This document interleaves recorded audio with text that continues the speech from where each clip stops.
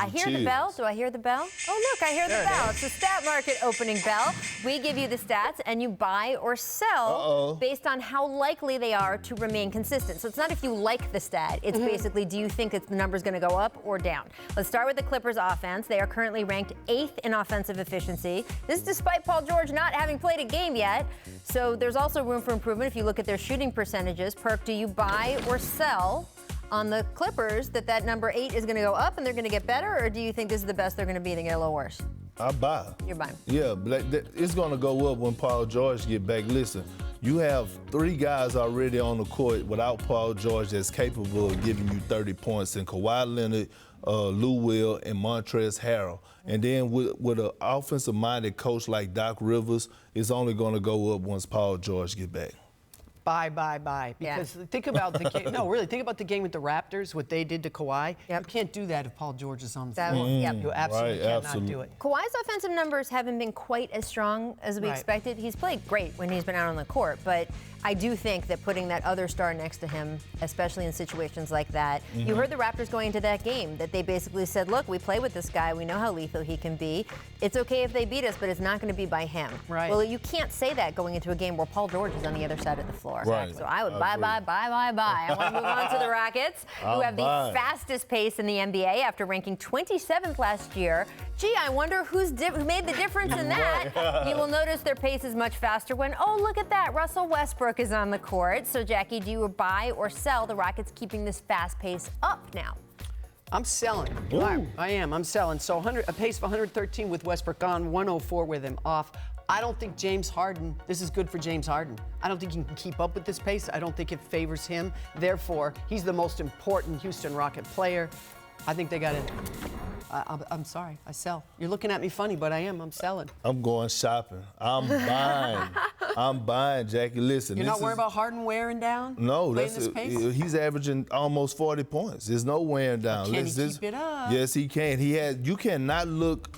One thing about Russell Westbrook, and James know this, you cannot go on the court and half-step with Russell Westbrook. He's going to make you keep it up. So James has done a great job over the past years of following in the footsteps of LeBron James and taking care of his body. They have to keep it up. This is what the Rockets want. This is the Mike D'Antoni system. So I'm buying it. Russell Westbrook is going to, yes, James averaging 40, but I'm starting to be convinced that this is more a Russell Westbrook team than it is James Harden. Whoa, I don't know if I go that far, Kendrick Perkins. I will say, to your point about Mike D'Antoni, he's amended his famous 7 seconds or less. He says this team is 6 seconds or less. I do think they need to keep this pace up with Russ for 2 reasons.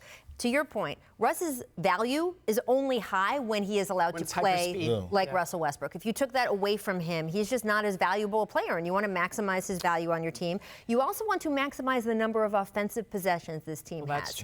Because when you talk about how will these guys share and how well the offense works, everybody eats if there is more food to go around. You put the possessions down, all of a sudden it becomes a little bit more of a squabble on who is getting to shoot. So I think they have to keep it up.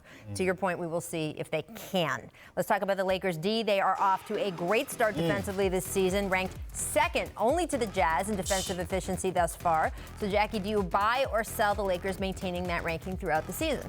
You know what? I'm going to buy it. And I'm surprising myself. I'm surprising myself with this answer. But do you know, and I did not make this point, one of their broadcasts did, there are 6 former all-NBA players on the Lakers. I know they're past their prime. I know all of that.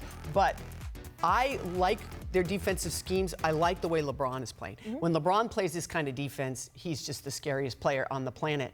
And as they go, LeBron goes. As LeBron goes, they go. And I think they've made it a priority. And I think they're going to keep it up. Well, I think I'm going to go broke today because I'm buying. Because, listen, I watched this team in the preseason, and they was on a mission. And I know it was the preseason, but I watched how they were playing on the defensive end. And, listen, a lot of credit has to go to Frank Vogel. Yes, I agree with that. Although things didn't work out for him in Orlando, but when he had the Pacers, they were a defensive-minded team that were giving the Miami Heat at the time a very hard time. And now I'm watching LeBron James take charges, chase down blocks again, which we haven't seen in years. You got Anthony Davis doing the same thing. You got perimeter. Avery Bradley looked great. Danny Green looks great. And then Rondo. And then, oh yeah, for sure. But then to top it off, you have 2 elite shot blockers in JaVale McGee and Dwight Howard. Absolutely. So, hey, I'm buying. Matter of fact, I might go broke. My only question about LeBron is, and I know, we all know him well enough that he was determined after everything he heard this summer. I heard I was washed. Well, you can meet me at the cleaners, that quote, right? All of that stuff. I get the eagerness to not just prove people wrong, but also set an example and be a leader and show that, hey, I'm actually caring about defense. Everyone should, and that's important in this part of the Lakers' schedule. But you can see in the numbers, it's not just the eye test, the number of shots he's contesting from opponents has gone up. This is different than he has done the past few years. And the only thing I'm curious to see is if we get a different result this spring, if he has less gas available. The reason he did not play as much defensively the last 5 years isn't because he just stopped caring about basketball. It's because he was strategizing, I need to be 1,000% in May and June. And I don't know if he's putting his foot on the gas now is going to affect May and June. It might not. He's LeBron James. But he never had an Anthony Davis either. That is true. That is the closing bell. The stat market is closed for the day. Kendrick, you can't spend any more money, but we'll be back with another edition soon. Thanks for watching ESPN on YouTube. For more sports highlights and analysis, be sure to download the ESPN app. And for live streaming sports and premium content, subscribe to ESPN+.